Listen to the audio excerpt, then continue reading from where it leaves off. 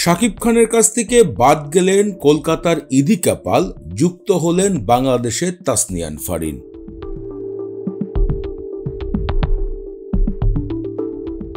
বর্তমানে শাকিব খানের cinema once upon এ time প্রিন্সের shooting চলমান।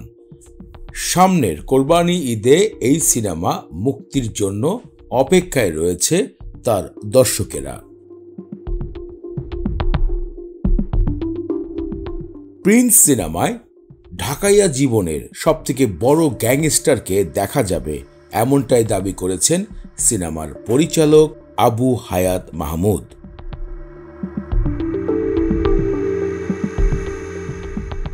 ইতিমধ্যে এই সিনেমার জন্য গণমাধ্যমে কথা উঠেছিল আবারও শাকিব খানের সাথে জুটি বাঁধবেন ইদিকা পাল।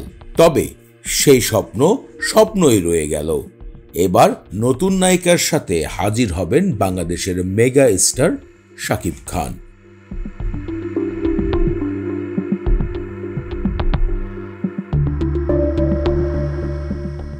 বর্তমান সময়ে জনপ্রিয়তার অন্যতম নাম তাসনিয়ান ফারিন।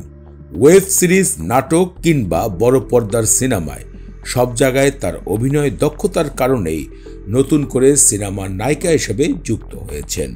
সাম্প্রতিক এই সিনেমার কিছু চুক্তিবদ্ধ ছবি গণমাধ্যমে এসেছে।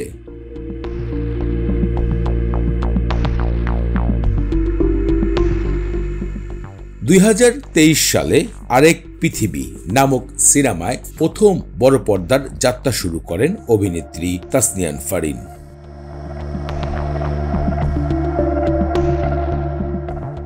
সর্বশেষ শরীফুল রাজের সাথে ইনসাফ নামক সিনেমায় অভিনয় করে দর্শকদের মাঝে বেশ সাড়া পেয়েছেন বড় পর্দায় তাসনিয়ান ফারিন।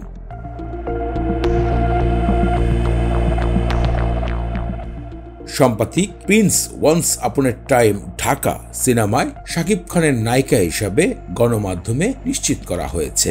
এদিকে তাসনিয়ান ফারিন তার নিজের প্রযোজক প্রতিষ্ঠানও খুলেছেন, যার নাম ফরিং ফিল্মস।